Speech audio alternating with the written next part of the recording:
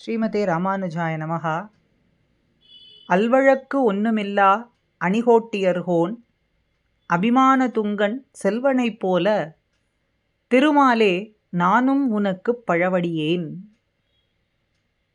பல நாமங்களை சொல்லி நாராயணனான எம்பெருமானே உனக்கு பல்லாண்டு என்று சொல்லுவேன்னு பெரியாழ்வார் மங்களாசாசன பாசுரம்.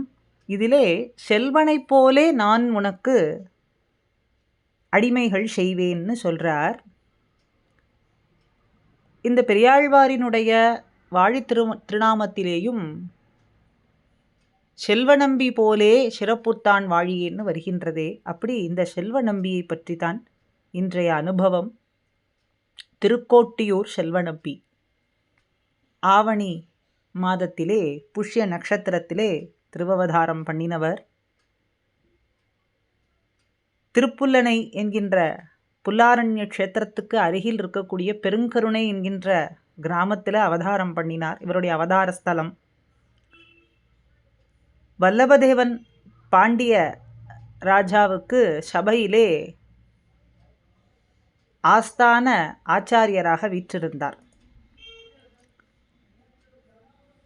செல்வநம்பி சுவாமிகள் சௌமிய நாராயணன் என்கின்ற வைஷ்ணவ சீலருக்கு திருக்குமாரராக அவதாரம் பண்ணார். இந்த சௌமிய நாராயணர் திருக்கோட்டியூர் சௌமிய நாராயண பெருமாளுக்கு மிகுந்த ஆர்த்தியுடன் கைங்கரியம் பண்ணினார். அதனால் அவரை போலவே தந்தையைப் போலே இவரும் செல்வநம்பியும் திருக்கோட்டியூர் வாசியானார். அதனால் திருக்கோட்டியூர் செல்வநம்பி என்று சொல்லும்படியாக இவருடைய நாமம் ஆனது. பாண்டிய மன்னன் இவருடைய அனுகிரகத்தாலே பிள்ளை பேறு பெற்றான் என்னும் அவனுக்கு வல்லபதேவன் என்றும் பெயர் சூட்டி வளர்த்து வந்தான். அந்த வல்லபதேவன் பரமாத்மா யார் என்று தெரிந்து கொள்ள வேண்டி இவரிடத்திலே கேட்க, எம்பெருமான்தான் பரமாத்மா, நாராயணனான எம்பெருமானே பரவஸ்து என்பதை இந்த லோகத்தார் அத்தனை பேரும் அறிந்து கொள்ள வேண்டும் என்பதனாலே எல்லா மதங்களிலிருந்தும் அத்தனை வித்வான்கள் பண்டிதர்களை எல்லாம் வேதசாஸ்திர பூர்வமான விவாதம் நடத்தி இந்த சந்தேகத்தை தெளிவுபடுத்த வேண்டும் என்று ஒரு மகா ஏற்பாடை செய்தார்.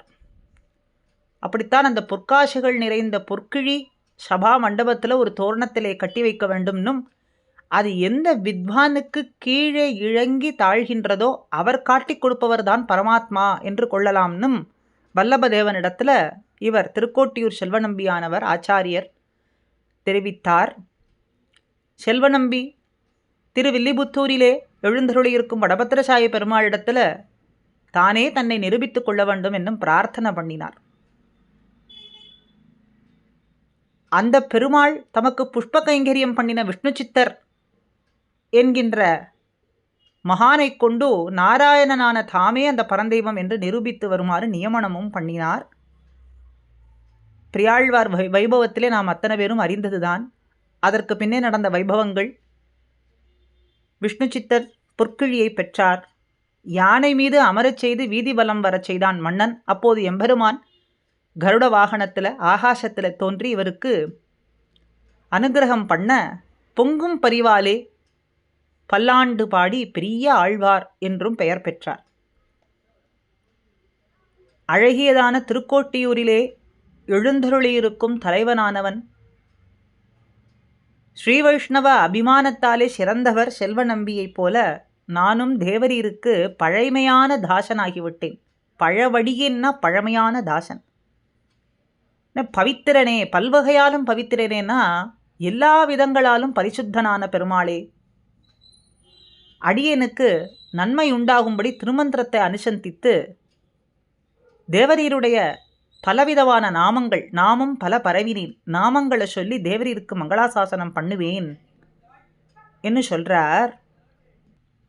ஏற்கனவே செல்வநம்பியின் மூலம் இவருடைய பெருமையை கேள்விப்பட்டிருந்த வல்லபதேவன் இவருடைய தேஜஸை கண்டு வியப்படைந்தான். செல்வநம்பியோடு கூட சென்று ஆழ்வாரை எதிர்கொண்டு அழைத்து வந்து அவருடைய திருவடியிலே விழுந்து பற்றபிரான் வந்தான் என்று இவரை கொண்டாடினான். அப்படி அங்கு ஏற்கனவே குழுமியிருந்தார்கள். அந்த பலவிதமான மதங்களை சேர்ந்த வித்வான்கள் எல்லாரும் சேர்ந்து வேத சாஸ்திரங்களையும் பயின்று தேர்ந்த எங்களுடைய முன்னே இப்படி ஒரு சாஸ்திரமும் கற்றறியாத இவரை கொண்டாடுறது தகாது அப்படின்னு ஆக்ஷேபணம் பண்ணினார்கள். அதை பார்த்து உடனே செல்வ நம்பி சொன்னார், வேதாந்த விழுப்பொருளான பரதத்துவத்தை நிச்சயம் பண்ணி அருளி செய்ய வேண்டும் அப்படின்னு விஷ்ணு சித்தரை பார்த்து பிரார்த்தனை பண்ணினார். பல்லாயிரக்கணக்கான வேத வாக்கியங்களை கொண்டு, ஸ்மிருதி இதிகாசம் முதலான பிரமாணங்களை கொண்டு எதிர்வந்த வித்வான்கள் தாங்களே ஒப்புக்கொண்டார்கள். அப்படி ஒப்புக்கொண்டே தீர வேண்டும்படி பெரியாழ்வார் ஸ்ரீமன் நாராயணனே பரம்பொருள் என்று நிரூபணம் பண்ணினார். அப்பொழுதுதான் வெற்றி கொண்டவருக்கு பரிசாக கல் தோரணத்தில் அங்கே கட்டப்பட்டிருந்த அந்த பொற்குழி இவருடைய வெற்றி பரம்பொருளாலே இசையப்பட்டது அப்படின்னு தாழ வந்தது. தாழ வளைந்து அதுவே இறங்கி வந்தது. இவரும் அந்த எம்பெருமானுடைய கருணையை பார்த்து உகந்து விரைந்து கிழியறுத்தான் அப்படின்னு நாம் தினமும் அனுசந்திக்கிறோம். இவருடைய தனியனிலே விரைந்து கிழியறுத்தான் அப்படின்னு அந்த பொற்கிழியை எடுத்துக்கொண்டு அருளினார். இப்படி அவர் வெற்றி கொண்ட முறை அப்படிங்கிறத பல்லாயிரக்கணக்கான பக்கங்கள் விஷ்ணு சித்த விஜயம் அப்படிங்கிற கிரந்தத்தில் தனியாக நாம் சேவிக்கலாம். இதை கண்ட வித்வான்களும் அரசர்களும் எல்லாருக்குமே பெரியதான வியப்பு. அத்தனை பேரும் இவருடைய திருவடிகளிலே விழுந்து வணங்கினார்கள், பணிந்தார்கள். வல்லபதேவன் ஆழ்வாரை தன் பட்டத்து யானை மேலே ஏற்றி வேதப்பயன் கொள்ளவல்ல விஷ்ணு சித்தர் வந்தார், மெய் நாவன் வந்தார், மெய் அடியார் வந்தார் அப்படின்னு பல விருதுகளை எல்லாம் சொல்லிக்கொண்டு விஷ்ணு சித்தரை நகர்வலம் வரச் செய்தான். வித்வான்கள் எல்லாம் விஷ்ணு சித்தர் தான் தங்களுக்கு தலைவர் அப்படின்னு பட்டர்பிரான் அப்படின்னு இவருக்கு திருநாமம் சாத்தி கொண்டாடினார்கள். இப்படி இந்த நிகழ்ச்சியை பார்த்து பெரியாழ்வார் அதை பார்க்க வேண்டி அனுகிரகம் பண்ணின பெருமாளுக்கு மங்களாசாசனம் செய்யும் விதமாகத்தான் திருப்பல்லாண்டு உமக்கு என்ன நேர்ந்து விடுமோ, இப்படி அழகியதான தோற்றத்தோடும் மலர் மங்கையோடும் பெரிய திருவடி முதலான அடியார்களோடும் எழுந்தருளி இருக்கிற உன்னுடைய தோற்றத்தைக் கண்டு உமக்கு என்ன நேர்ந்து விடுமோ, கண்ணெச்சில் பட்டு விடுமோ என்கின்ற பொங்கும் பரிவாலே திருப்பல்லாண்டு என்கின்ற பதிகத்தை எம்பெருமானுக்கு சாத்தினார், மங்களாசாசனம் பண்ணினார்.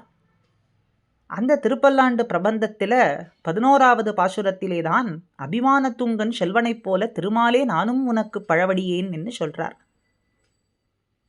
அப்படி அந்த கைங்கரியம் பண்ணின செல்வ நம்பி என்கின்ற ஸ்ரீ வைஷ்ணவ ஆச்சாரியர் மகானானவர் போலே நானும் உனக்கு பழமையான தாசனாகிவிட்டேன்.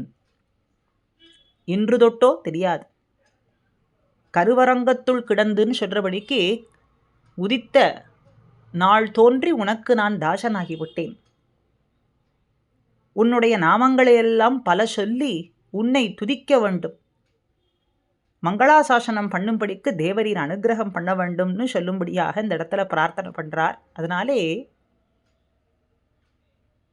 செல்வ நம்பி தனைப்போல சிறப்புத்தான் வாழியேன்னு இவருடைய வாழி திருநாமத்திலேயும் இந்த பாசுரத்திலேயும் செல்வனைப் போலே திருமாலே நானும் உனக்கு பழவடியேன்னு திருக்கோட்டியூர் செல்வநம்பியினுடைய ஏற்றத்தை பிரியாழ்வார் நமக்கு காட்டினதை இங்கே நாம் பார்க்கலாம்.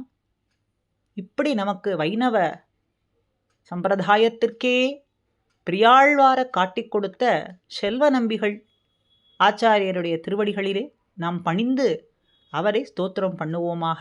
ஸ்ரீமதே ராமானுஜாய நமஹா.